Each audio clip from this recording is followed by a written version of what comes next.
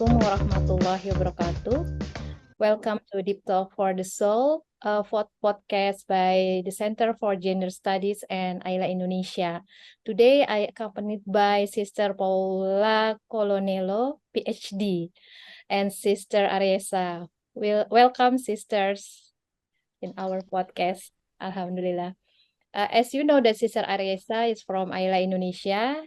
She will host this session with me. And for anyone who hasn't know about Sister Paula, I will introduce her briefly. Sister Paula is an anthropologist and also ethnographer in the field of education. She carried out ethnographic research in Islamic areas such as in Iran, Unguja, Balukistan, and also Indonesia, Jawa Timur, or East Java, and also Uzbekistan, focusing on the issue of transmission of knowledge in Islamic education and culture. This is very interesting because my PhD also in Islamic education. Yeah, we will maybe we will discuss its separate session, yeah, about the transmission of knowledge. And Sister Paula also work on the sensitive concept of fitrah, yeah, and jihad, and presented the spiritual perspective of tasawuf. Alhamdulillah, Sister Ariesa probably want to add something about Sister Paula. Yes, Assalamualaikum warahmatullahi wabarakatuh, everyone. Greetings to everyone, especially to our guest, Sister Paula. Thank you for being here. And Sister Paula currently is residing in Milan, right, Italy. And actually, this podcast we have planned for a few months, but it was delayed due to several reasons, due to COVID being one of them. So we are thankful that you are here now, healthy and able to be with us. Thank you. Thank you very much. Yeah, today topics is about the concept of beauty in the West and also its connection to feminism. Sister Paula, I want to discuss about what do you think is the concept of beauty in the West? Can you explain to us? Assalamu alaikum. First of all, I thank you very much for your kind invitation. I hope my words could be useful to you and to the listeners to understand Western position. Well, the answer to your question requires a premise. Since as anthropologist, I work with Islamic culture and education, and most of our public is Muslim, I cannot exempt myself from considering that the habit of summarizing the term West, much of what is not Islam, leads to an improper generalization. What you usually call the West is a puzzle of different cultures and worldviews. For example, the Spaniards, for example, have a cultural heritage, a language, and a way of thinking, acting, and organizing their social life that differs considerably from that of the Norwegians or the Poles. You would be pleasantly surprised by the comparison between the talkativeness and proxemics of the Italians and the extreme moderation of the Finns. Yes. And to be more precise, even talking about Italians and Spaniards, it's a generalization that leads to unrealistic considerations. There are enormous differences between regional cultural traits within the same country. Furthermore, it's worth remembering that Italian taste regarding beauty, both in architectural and clothing terms, has been influenced by the contagion among Oriental and Peninsular cultures. Italy has assimilated lots of traits from the Arabic Islamic world, either due to the conquest of the southern region of Sicily about 2 centuries after the Hijra, or to the role long held by Venice as a hub for the various routes of the Silk Road. That is why talking about the West as a separated and uniform identity is unwary. Yes.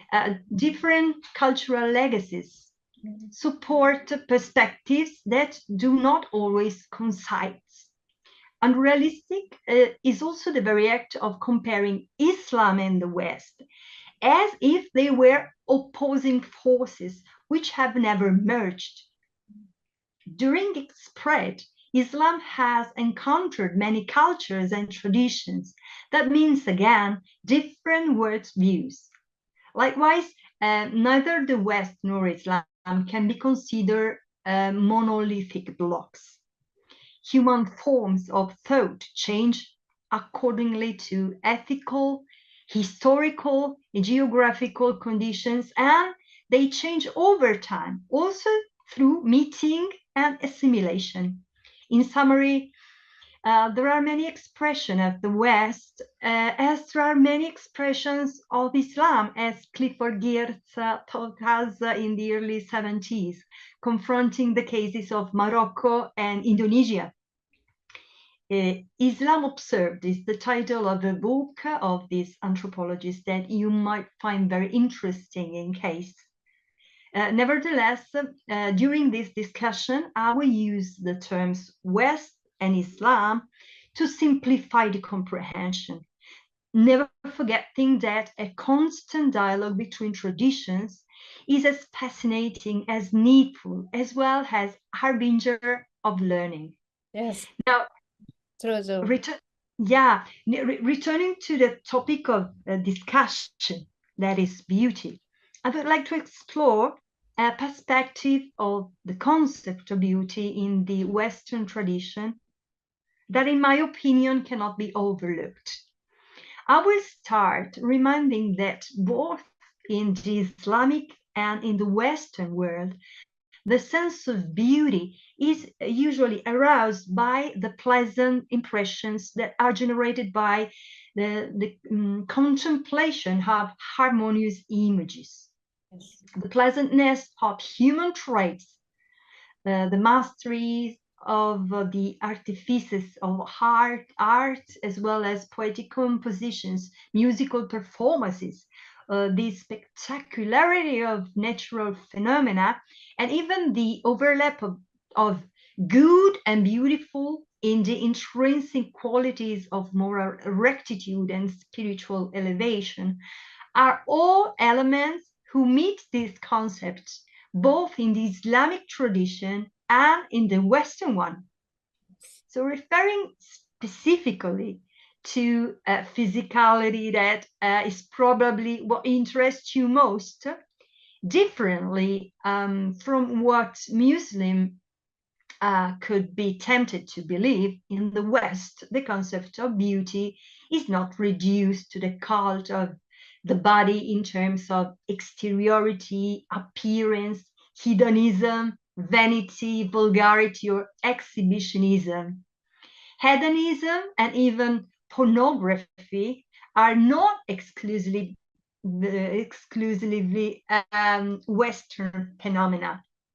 The issue of the vanity promoted by applications such as Facebook, TikTok, Instagram, etc.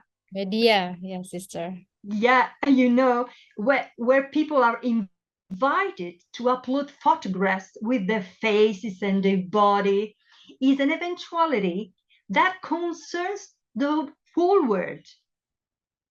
The idea of beauty that is rooted in a Western thought has very little to do with the mass media excesses and the excessive eroticization of the feminine. Actually, it differs from the recent fashion of bikinis, fake breasts, cosmetic surgery, anorexic body, skimpy clothes, and the obsessive search for sex appeal. It's just fashion, marketing, business. Yeah, because of globalization also, yeah, it caused the spread of the that kind of concept of beauty in other region. It easily adapt in another region because of you see TikTok and also Facebook and Yes, also mass media. yes, it's a phenomenon that involves all the world at the moment.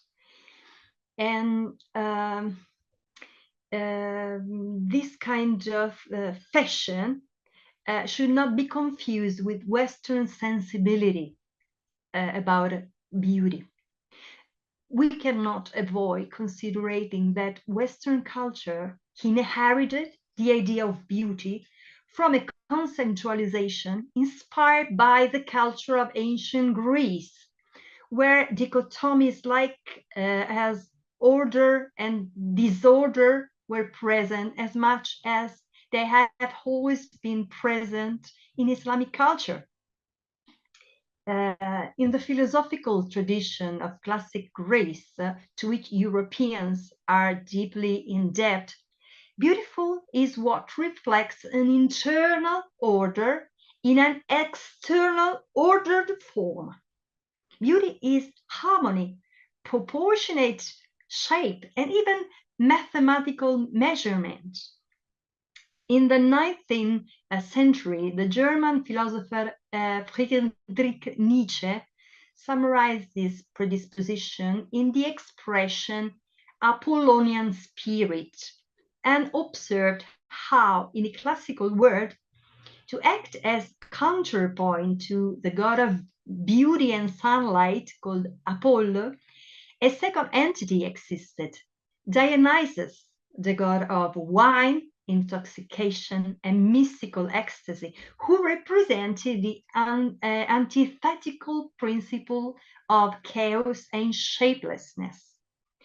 The Dionysian spirit embodied the vital and creative force, the becoming, the unfinished, the indefinite, the clash, the restlessness, the tragic.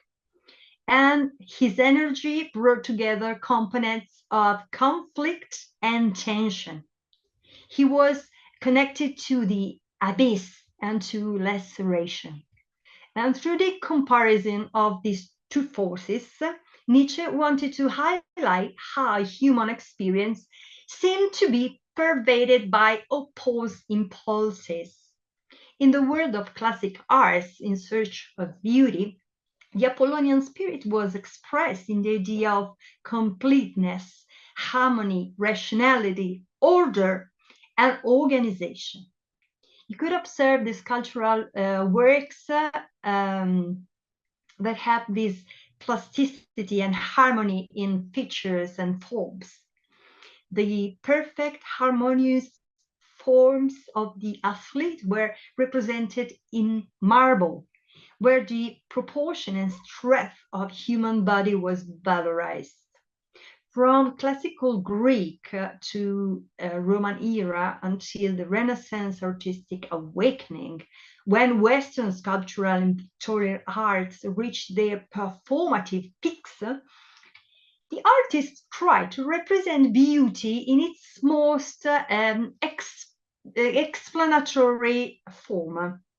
The image represented in the stone or in a fresco was a bearer of meaning. It gathered within itself the meaning of a discourse which, if done in words, could not have been preserved intact. So the image aimed to capture a moment in time, to make it persist, to sublimate it. In the representation of bodies, beauty took the forms of authority as well as those of virility or a soft, welcoming, virginal feminine. and beauty was recognizable in the representation of a vital impulse, sometimes expressed in a fight scene. In that sense, epic poetry was in some way embedded in the hardness of the stone. And in Western tradition, the search for beauty through figurative arts has accompanied the representation of the most significant facets of human life. Art, whether if sculptural, pictorial, literary, or poetic, took responsibility for saving the moment and the image from dissipation, degenerative chaos, and oblivion, or, in other words, from the consequences of the exasperation of the destructive impulse of Dionysian spirit. So we observe here another duality, that of memory and oblivion. And if we pay attention, memory and oblivion, as light and shadow, good and evil, order and chaos, are all dichotomies which are strongly representative of a universe that hosts all monotheisms, especially Islam. Following the aforementioned dichotomous logic, I could suggest that nowadays the Islamic world is probably alarmed by the West due to the perception of its strong Dionysian impulse. In the eyes of Islam, the West seems to refuse to adhere to the norms and shows to be changeable, transgressive, overbearing, disobedient, and messy. And what I'm observing in my city is that is Milan, is a search for beauty in disorder, tearing, and provocation. However, I also witnessed how the reviled Western fashion is widely welcome on the street of Islamic Indonesia. In Java, as in Milan, I observed the vanity of wearing asymmetrically cut clothes, torn jeans, hair that spray arranged in careful disarray. And I look at a huge poster displayed on the high buildings of Jakarta, advertising maybe a makeup line. And I observed that they portray Asian women whose eyes and cheekbones present shapes that seem to be much more Caucasian than Oriental. Do you agree? Yeah, because it is like their ideal, yeah, the face like Caucasian or West. So they want to have, even though probably now it is changed, yeah, our with Sister Ariesa, yeah, like Korean, because the Korean wave, they want to looks like Korean idol, yeah. Yeah. Well, but that should make us think about the complexity of exchanges of tastes and ideas and intention of mimesis.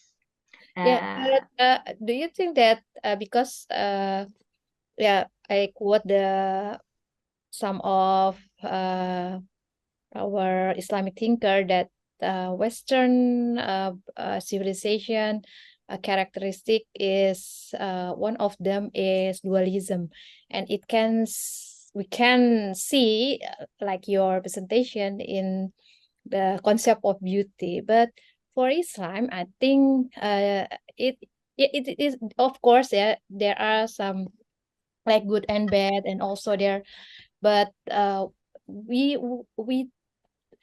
in Islam it's more holistic, yeah, view. There are no extreme position, even though of course there are some people, but there are like a fixed worldview, because we have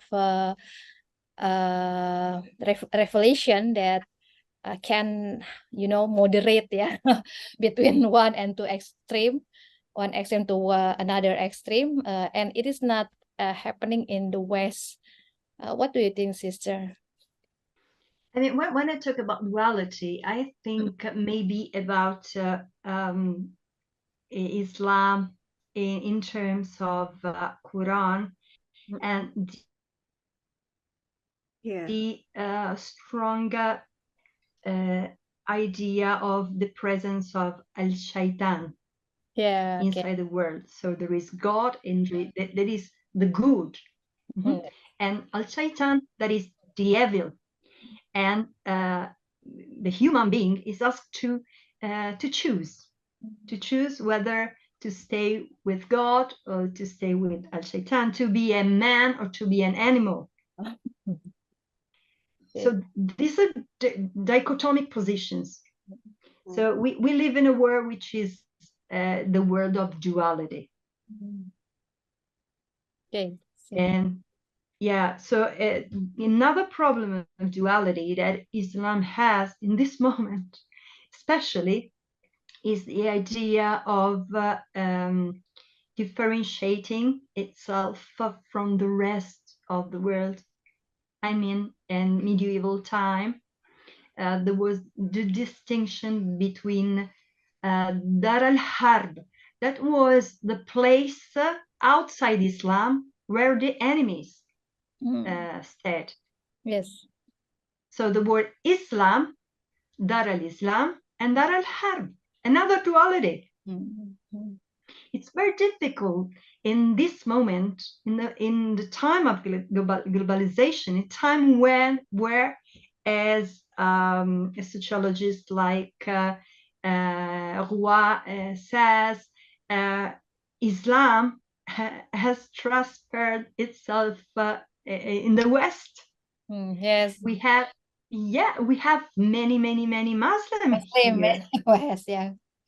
Yes. So you cannot separate the two realities. You cannot create two blocks and believe that there is Islam and there is the West. That it was trying to say in the start point of this discussion.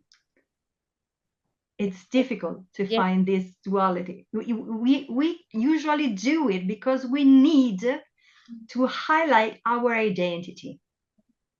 So when we want to highlight our identity, we have to find an otherness, someone who do not belong to this identity, which is on the other side and in a counterpart. But it's very dangerous. Yes, of course. Yeah, we agree that there's Muslim have that concept of duality, which is that I think it is an Islamic, because Islam itself is over the holistic view about the world, and it is proved by our civilization that we have a Muslim from West, from the East, and from every part of the world. So probably we can continue, sister, by Sister Ari probably want to ask a question for Sister Paula. Yes. You were talking about, have you finished with your Yes, okay. explanation before, sister, or would you like to add something? Maybe I can add something. Yeah. May I, Sure. maybe I add something. Yeah. Well, I know what you deal with in your organization, so I wanted to tell you this also. This in the West, alongside the search for beauty and disorder of dress, we can also observe an entropic trend in the sphere of relationships, a growing tangle of disorders in gender affiliations, with which vary and flow. Disorder in communication due to addiction to social application. Communications become fast, broken, ungrammatical, impersonal, increasingly standardized and inconsistent, and lacking depth. The new norm is the disobedience to the previous norm. What is different becomes fashionable, It's involved the political opportunistic choice to overvalue minorities to generate the preemption of the difference. But I observe a compulsive need to stand out, to impose one's voice. People think they have to scream louder, to appear as much as possible in frames, in images, stomping their feet, obsessively reiterating their existence. In my opinion, in this need to impose oneself, to come first, to be recognized, sometimes it doesn't work. Something does not work in the right way. That because a profound structural fragility emerges from this need of appearance. And fragility emerges from the obsessive need to be considered cool and beautiful. You were talking about the Korean dance. So the mimesis of these singers. Yes. Okay. So what we forgot is that beauty is harmonious only when it reflects a harmonious internal experience. Beauty doesn't need spotlights or stage lights. It's a bearer of light in itself. Probably those who seek light are lacking light or are unable to appreciate the light they possess. Beauty in itself possesses a light that is sufficient for its existence. Its gentle light radiates. Yes. Those who need a pedestal, who need to be illuminated by spotlights and possibly to generate darkness around them, to gain prominence, are only flaunting a beauty they do not possess at all. Beautiful is what is enough, what makes you feel good, what generates relief. It does not require comparison, competition, or ostentation. Comparison, competition, and ostentation are not even in its vocabulary. Beautiful is the right measure. It's a caress to truth, or it should be. Okay, yes. Well, it's very interesting. There are several points that I think is very interesting from what you've explained to us. Well, first of all, it was very interesting to know that the combination of the culture in Italy itself includes those that comes from the Arab world, as you said. So mashallah, so it's probably through the spread of the assimilation of different cultures that happened long ago. However, now we see how the Western concept of beauty itself, as you said, has changed, and you observe that there is an anthropic trend, you said, that originates from the concept of beauty or connected to the concept of beauty, but it grows and touches the sphere of relationship. Yeah, that's what you Yes, said before. exactly.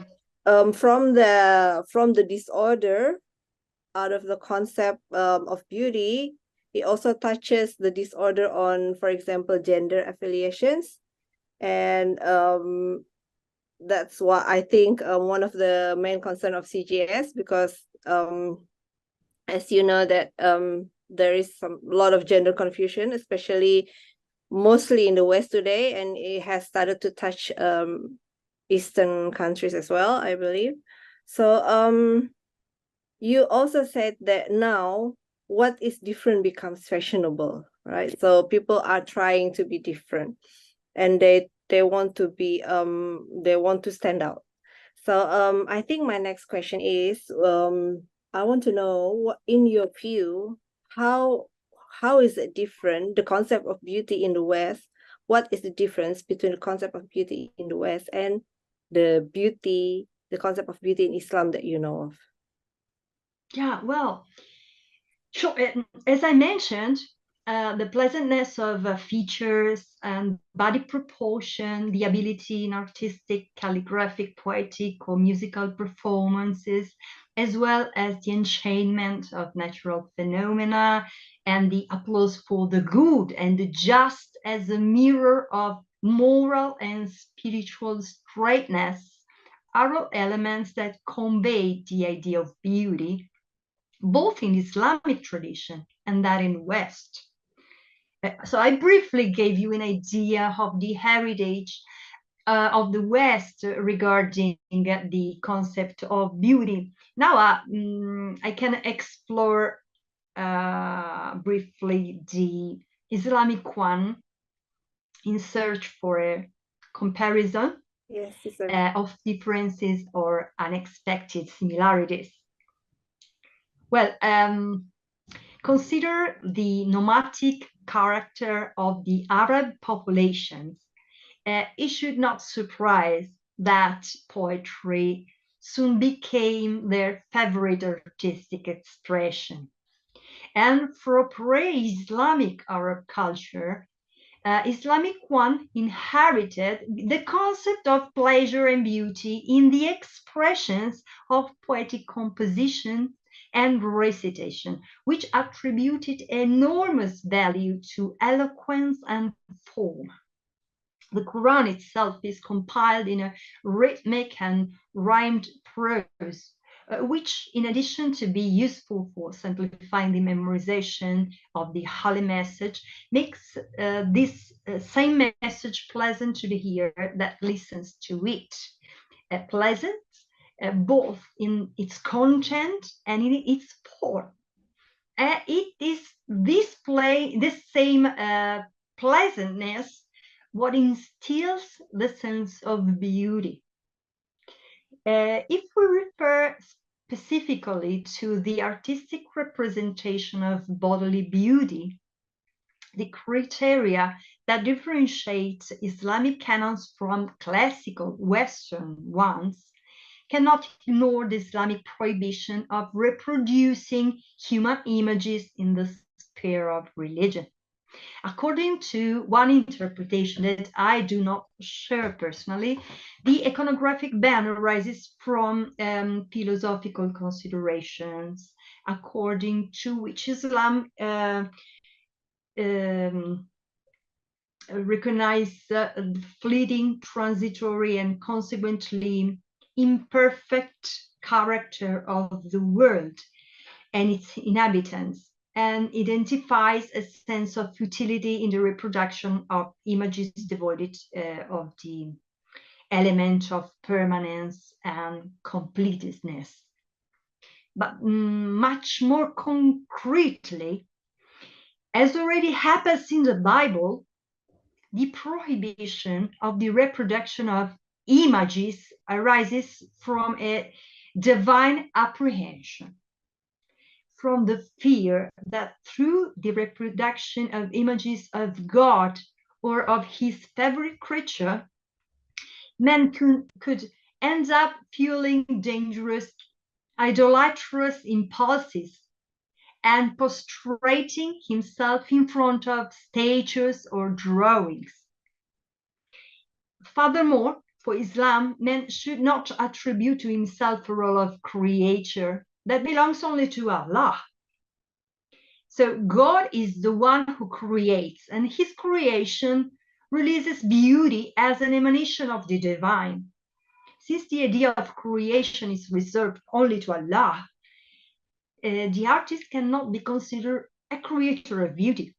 So he can only be considered as a creature who is able to discover it. In Islamic thought, beauty is considered a divine reality. So indeed, the beautiful, Al-Jamil, is one of the divine names attributed to Allah. So a hadith tells that the messenger of God said, indeed, Allah is beautiful and loves beauty. Therefore, the search for beauty is above all a search for a reflection of the divine inside the creation. The idea of a reflection of the divine in the creation recalls expressions of beauty that are present once again in the refined element of order, balance, and respect for cosmic laws. So similarly, to go back to the West, in his 16th century sonnets, the Italian Christian artist Michelangelo Buonarroti explains how that of the sculptor and therefore of the modeler of portraits of the human is intended to be a work of embellishment, which essentially aims at restoring order, that same order which for Islam comes from God as a command, amr, and together as a disposition of harmonious existence. An order that is a prerogative of the cosmos and that man should strive not to alter. Even for Michelangelo, the higher and closer to God the inspiration is, the greater is the beauty that gets released from action. So I guess you can grasp here a similarity between the two elaborations. Do you? That's true, yeah. As we know that many picture, yeah, of course, you are in the Vatican also. Is the expression of how they love God, yeah, and many of the classical, yeah, Western painting, for example, like you said, Michelangelo, it's you know, it's about divine beauty, and it is the similarity with Islam. Yeah, I think maybe you can explore more about this, sister. Yeah, Michelangelo and his sonnets talk about marble as containing another kind of stuff that was spiritual. He used a block of marble and said, when I see a block of marble, I feel the form who's living inside the marble even before touching it. In his opinion, his hand was driven by God, by the intention to get nearer to God's will. So it's not so different. The idea of spirituality also inside the arts and the concept of beauty, also in the West. Anyway, in Islam, for example, this idea of order I was talking about, Said Hossein Nasr explains the meaning of the aforementioned perspective by stating that order is balance, and the maintenance of balance is a necessary condition for the spiritual life of the person and for the functioning of human society, and requires a continuous effort, since the danger of looming in a state of disorder, chaos, and imbalance is always present. Yes. So for Islam, the beauty of creation arises from the precision and harmony of proportions, and the idea of harmony recalls that of balance. The omnipresent search for balance and embellishment in Islamic artistic production can be found even in the Kufic calligraphic style used to adorn buildings. Yeah. Can I add something, sister? Like in Alhambra, you said about mathematics as a beauty, yeah. In Alhambra, if we observe the architecture, there's a balance in mathematics in every corner of the palace. It is representation of the balance mizan, that present the beauty in Islamic. Do you agree with me, sister? Yes, exactly. The idea of this order, this measurement, mathematical measurement, is very important also in cosmic laws. So not just in artifacts. So I mean, also in the details of the buildings, Islamic buildings, you can see the necessity of this balance. I mean, for example, watching madrasas or mosques around the Islamic world, you can find that seeking balance between empty and full spaces, in filling with their writings, the lower and upper part of the line, at a certain point, calligraphers began to adorn the upper ends of the letters with phytoform traits, folding the lower ends into elegant arches and making their extremities bloom with vegetal shape. And it's in this way that the so-called flower cufics started spreading, and with it, the use of phytoforms, floral, and sometimes zooform motifs, usually birds. If you go to Iran or Uzbekistan, you find many flowers and birds on these madrasas, for example. And all these elements remind to the embellishment of creation, while remaining respectful of the abstention from any reproduction of human images and blasphemous representation of an anthropomorphized divine.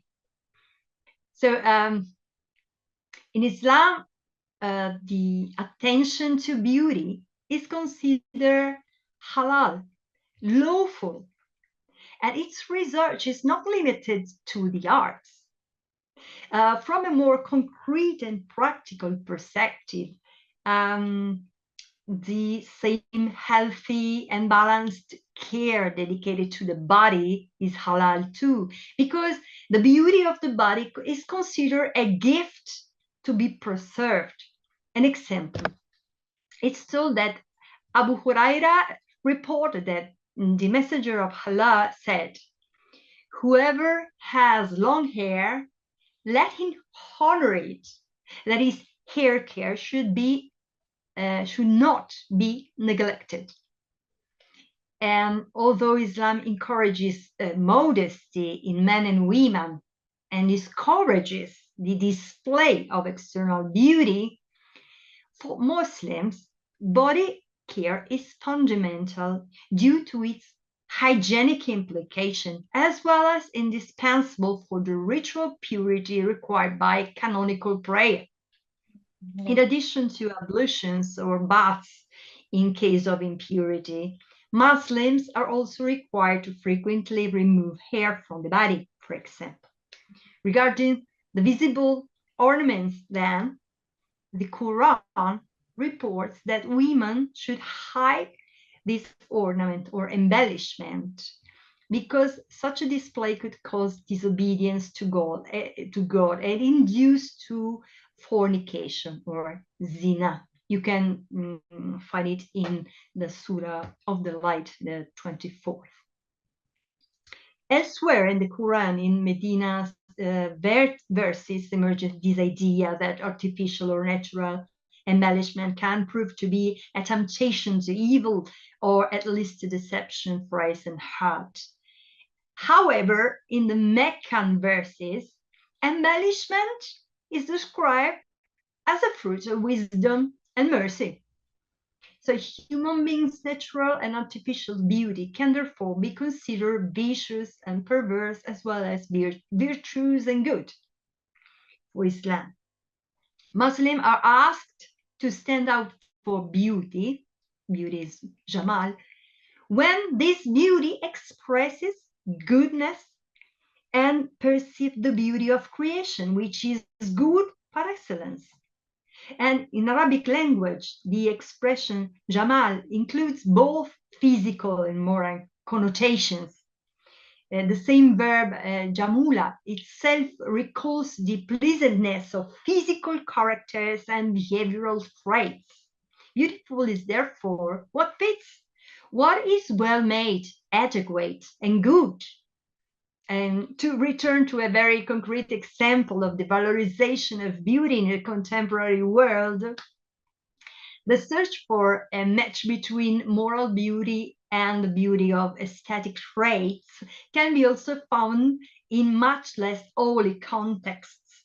It's observable, for example, among the evaluation criteria declared by female beauty competitions, such as the World Muslima Award, which aims to be Yes. a reward together women's physical beauty, intellectual abilities, and religious piety. And I'm quoting a competition that you should know, since it was inaugurated right here in Jakarta in Yeah. 2011. Yeah, of course, you notice it also, yeah. Yeah. Yeah, it is. But I think I don't know. Yeah, if today after COVID, they arrange the same competition or not. Maybe Sister Ari can update us. I'm not updated. I'm not aware actually. We don't know, yeah. But Sister Paula because anthropologist and also As I told before, I don't like competition. As I yeah. told before, beauty does not require Light. competitions. Yeah. It is light. Yeah, the beauty itself is light. So don't need Yes, be exactly. pretend, and I agree 100% with you. Thank you. Uh, Terima kasih. yeah, terima kasih, Sister. Do you want to add something, Sister Paula, before I proceed to another question? And then this is the long one, yeah. Oh, really? Okay. Okay. Okay, please. Yes. Because you also presented the spiritual perspective of tasawwuf. I just want to ask you about the soul. Yeah. What is your view about the beauty of the soul? Yeah, even though I know you already mentioned it in your explanation, and it probably this the second one. Yeah. What is its relationship to the body? Because there's a dualism. Yeah, dualistic. Yeah, The body exactly. and soul. So, what is it?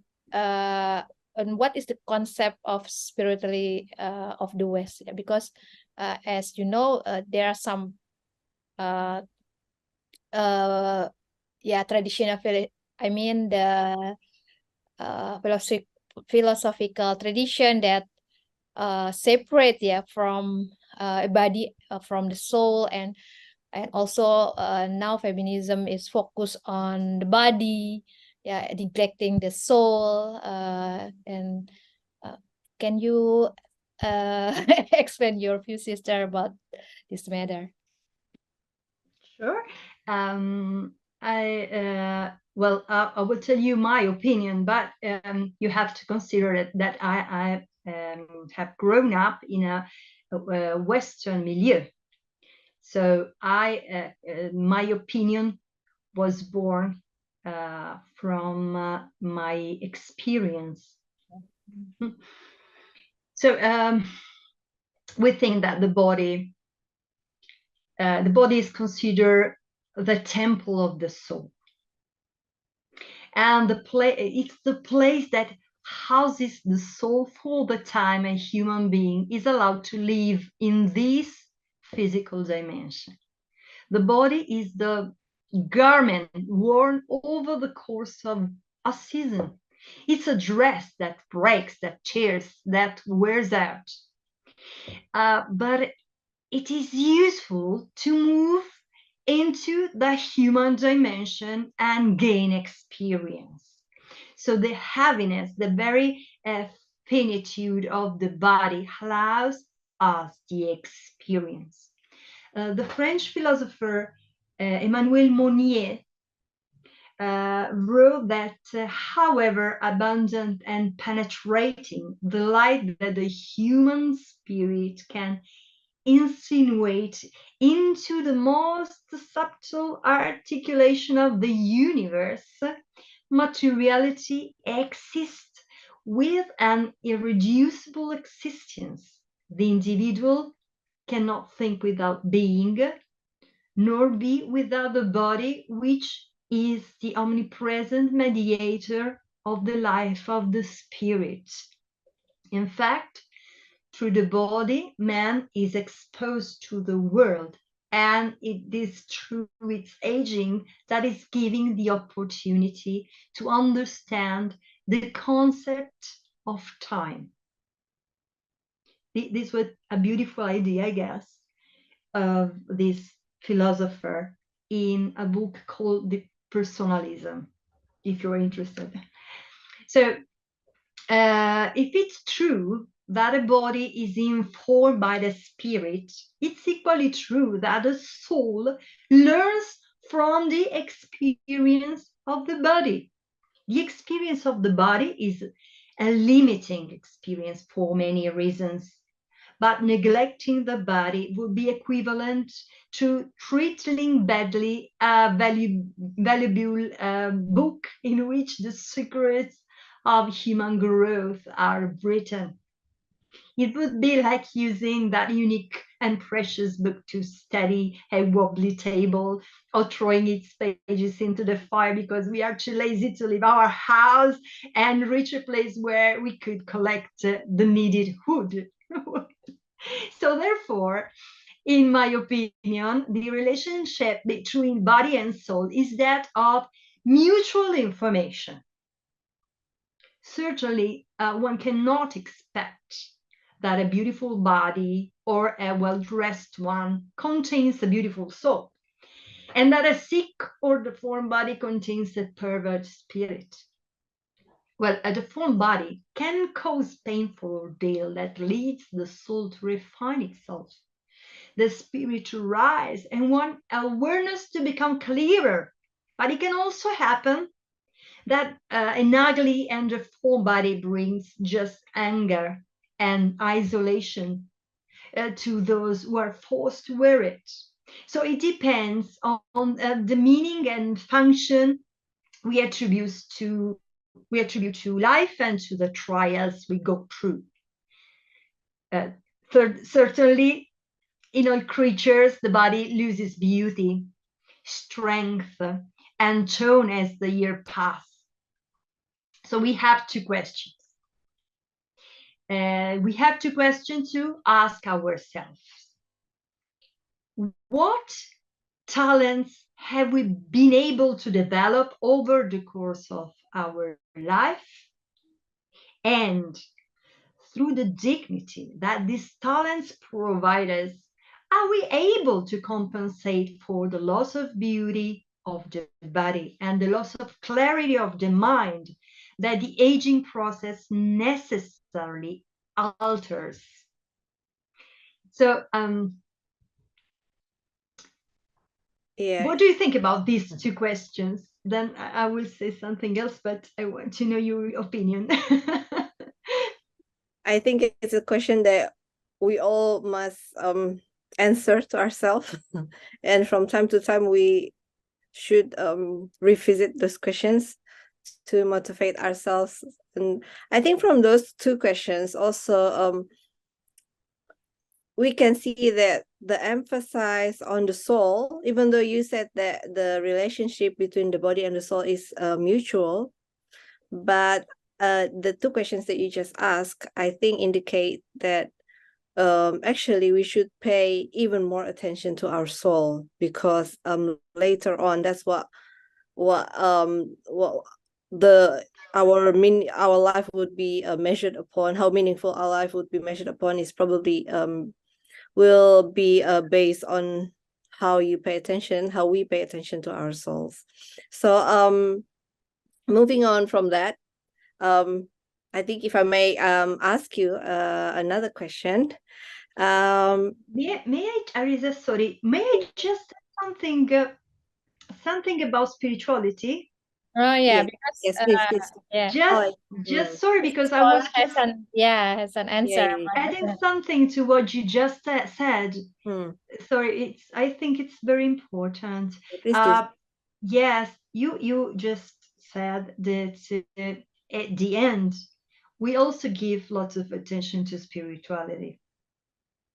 Also from this, not just from these questions, but from the old discourse starting from philosophy to passing through religion, passing through elaborations of Western cultures. The idea of spirituality, maybe it's not called spirituality, it's called with other terms, but it means something very different from the idea of materialism, of concreteness that you are trying to avoid. So there is something I would say, because there is another issue that is worth considering.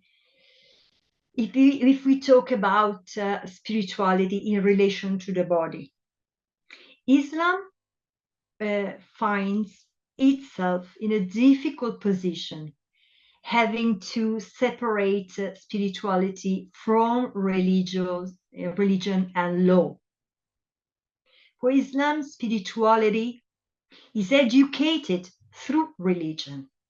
Religion becomes a useful tool to direct human beings toward the development of their own spirituality. The precepts of religion are points of reference along the way to the refinement of one's own soul, or to be more precise, of one's own nafs. So in the West, the issue of spirituality is much more complex, probably. Christianity nowadays has lost its secular importance, and the spiritual search has developed through other more personal and individual paths. So it has not diminished, it has only transformed. In fact, paradoxically, it has become more honest.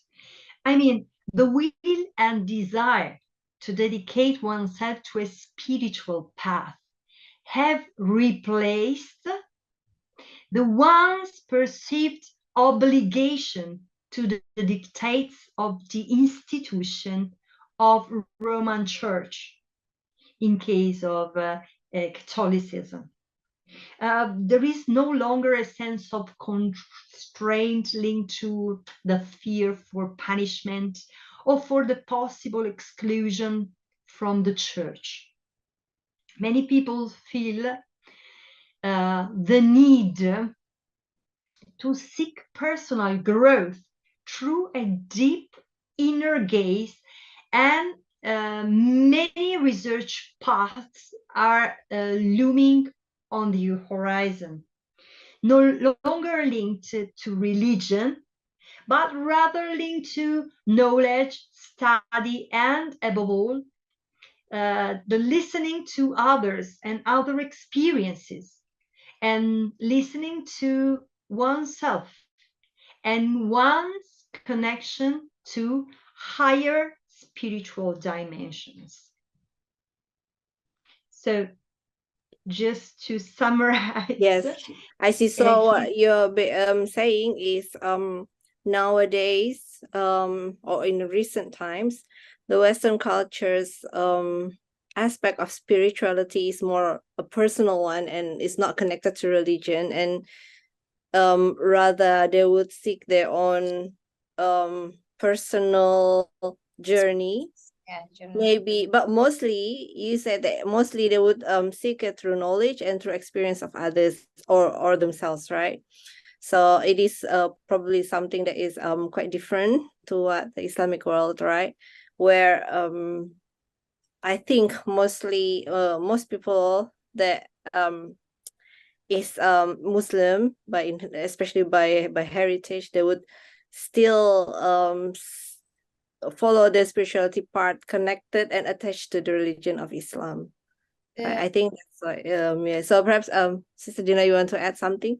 Maybe regarding the knowledge as a religion is also interesting, yeah, because in a way, if you said that when they're trying to find a spiritual connections through knowledge, that means in a way it's sort of like making knowledge as a replacement for religion. Maybe we could it be said in that way? I think that religion is an instrument, a tool, a leading tool to help men finding their relationship with their soul.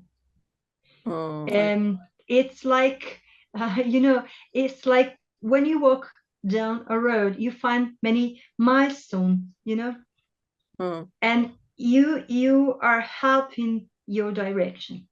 Religion helps to follow one direction. Okay. Religion is just, it's an instrument. I mean, we have many religions in our words. I know maybe for Islam it's a bit different, but in the West, we really respect other religions as different instruments to go in the same direction, to the same goal down there. Just we use different tools. Yeah. Right. We Arabs got the message. The Prophet received the message in Arab, in Arabic language. But you mean in other parts of the world, other kinds of spiritual experiences have always happened, and I mean everyone has found just another way to express the same desire of refinement, of growth, of elevation from the condition of animal to the condition of real human being. So this is not a question of religion. This is a question of a need of the human being, a need of evolution, which is first of all spiritual. Yes, so I think it's interesting, to see the perspective of Western of the Western view on spirituality that you just explained. Sister Ariesa, maybe I will add something. I noticed that because my dissertation is about spirituality, my PhD is about perennialism. So I noticed there's some in the West, that in the classic West, that we know that this is Christian word, and then that after the Renaissance and also awakening, they interact with another beliefs and religion beside Christianity, and in Islam, because we already become a civilization that respect others religions, like Jewish and also others beliefs, but we see that the difference between perennialism and us, we believe that even though we respect them, we know that for Muslim, yeah, Islam is the truth. In Perennism, we cannot, we cannot claim a truth claim. We cannot make a truth claim that other religion is better than another one. Probably this is the difference. But what might be interesting, because you are Italian, is it also happen in Roman? I mean Rome, the place that Catholicism and probably most religious. Yeah, the Vatican. The Vatican Vatican. State. Because long time ago I have a roommate, yeah, from Italian, and she's very devout Catholics, yeah, and more. I cannot believe it is 20 years ago, so I cannot believe it's now it changed. As your explanation, the superiority that based on the religion of Christian, or this is Catholic, and now become, they have to, they want to have other instrument rather than apart from religion. It's really interesting. We can talk very long. Yes, there would be, yeah. Okay. I just read one sentence. Unfortunately, the problems arise when religion is accompanied by political Yes. politics, and it always happens. Yeah, and as you can understand, also other religions think that they have the truth. Yes. Okay. Yes. Also for the Vatican, the truth is in Christian religion. But we understand the similarities between monotheisms. Yes. Similarities. Yes. There are many differences, okay, but we understand that there are some similarities. Yes. And we should work on the similarities, Yeah, I think. I agree with you, because there are so many.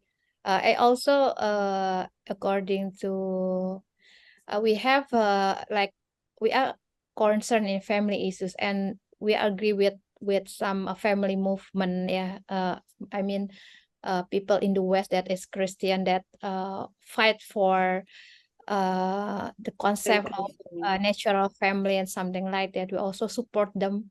I think we have to have a cooperation, better cooperation, yeah, regarding some issues, and respect each other, yeah, even though we believe that, of course, as a person, individual, we believe in our own our truth, yeah, in religion. Because if we don't believe in that this is the best for us, and this is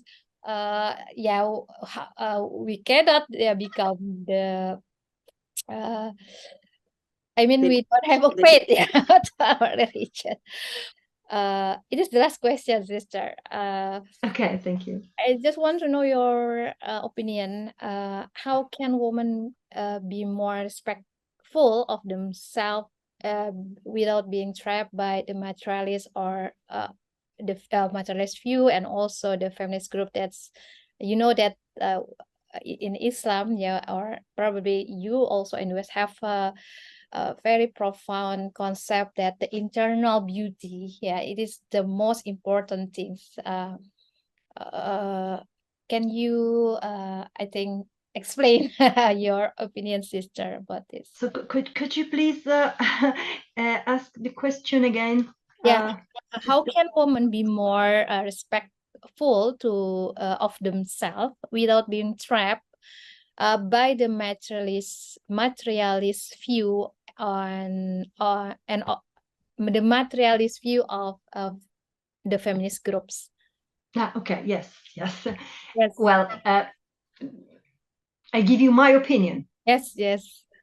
Well, women, in my opinion, would be more respectful of themselves if they did not give in to vanity or the dependent need to attract the attention of men, to be accepted and desired. So women should commit to following their own path of personal growth, to strengthen themselves as individuals and as spiritual entities, to become autonomous in their ability to think, to find solutions to problems, and contribute to social sciences as a better social living. I often suggest paying attention to the paradigmatic strength and wisdom expressed by the character and behavior of Prophet Muhammad's wives and his clear appreciation for these traits. So, to respect themselves, women should manage to enhance their talents. They should study and deepen their paths to knowledge. It is not just the opinion of a Western scholar. This is also one of the teaching of Habib Segaf Baharoun, who leads the Pondok Pesantren, which hosted my research in Java Timur. Yes. And is precisely this effort that could lead women to express their respect to their father, to their husband, to their children, and above all, to themselves. Yes. So it would mean enjoying an esteem that comes from a renewed self-esteem. And meanwhile, it would mean intelligently escaping that impoverishing, mortifying, and immobilizing condition of dependence to which ignorance condemns humanity, the whole humanity, not just women. So the whole Islamic community, in my opinion, has the ethical task of supporting women in realizing their talents and ambitions for knowledge and for cognitive, professional, and spiritual growth. As you can easily observe, the values I'm referring to have very little to do with the sordid materialistic vision of reality. And I'm a Western researcher. So given the strong Quranic incentive to follow one's individual path of growing knowledge, well represented by the concept of al-jihad al-ilm, Yes. in my opinion, it would be unjustified for a Muslim not to consider this perspective. Yes. I really agree with you, Mrs. You know, I have a article, but it is in Indonesian. Yet, I said that to become a virtuous woman, first you have to, not first, the most important, you have to do the jihad il. Yeah, you have to devote yourself in seeking knowledge, because this is the only way. Yeah, our scholars said that you cannot. There's two things that people always hungry about it. One is dunya and the other one is knowledge. So which one that you choose? Yeah, that's why it's the same with men, that knowledge. Yeah, if you are seeking knowledge, it is in and follow the spiritual path, of course, through Islam as a Muslim. Yeah, it will lead you the ultimate happiness that probably it is the same for woman and man. Yeah, I cannot more agree. I agree 100% with you, Sister Paula. Probably Sister Thank you. Ariesa wants to add something. Yes, I think it was a very good message and wrap up sentence, probably we could say, Yes. because that was the last question. That was a very nice sentence to end. I think should motivate us all to seek knowledge forever. Like, as long as we live, we should be on the path of seeking knowledge. And I think this talk also with the discussion, with our discussion in it, hopefully could bring some of those knowledge, could enlighten us. Probably the viewer will see some aspects that we agree on, some aspects that we have differences, but I think all of those are knowledge that we can digest, and we can choose, or we can digest it, and we can use it to our own personal growth. So I think that is probably all from me. And once again, I thank Sister Paula for her time and for her effort for this podcast. And also, I think this talk will enhance our knowledge about the relation between West and Islam, and also, I mean, as me and Sister Ariesa, who lives in Muslim world, or East, in the East, and you are grown up in Western world, and we cannot dichotomize, as you said, that we are human, and also we need to hear other perspective, about life, about everything. And this is, as Sister Ari said, it can contribute to our personal development. And thank you, Sister Paula. But I think I will invite you again. I am really curious about your expertise in transmission of knowledge in Islamic world, especially probably in Jawa Timur and also other region. But I think I will schedule it if you are okay. Thank you very Because much. it is really important. And also, if we can add how women participate in this transmission, it is very important issue that we need to explore.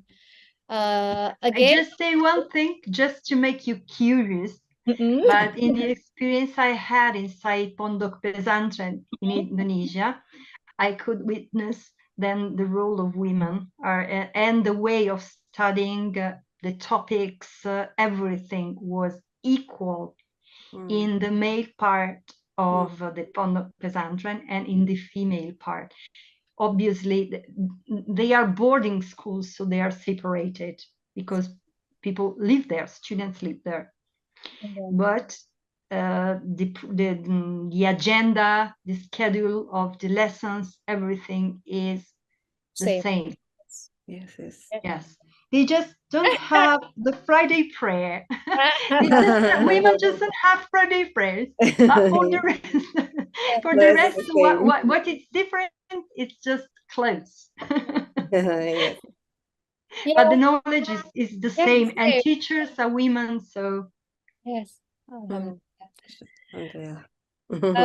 Thank you once again, Sister thank you. Paula. See you Thank you. in next episode, and Sister Ariesa for accompanying me today. And for the viewers, inshallah we will meet again in our podcast, Deep Talk for the Soul. Assalamualaikum warahmatullahi wabarakatuh.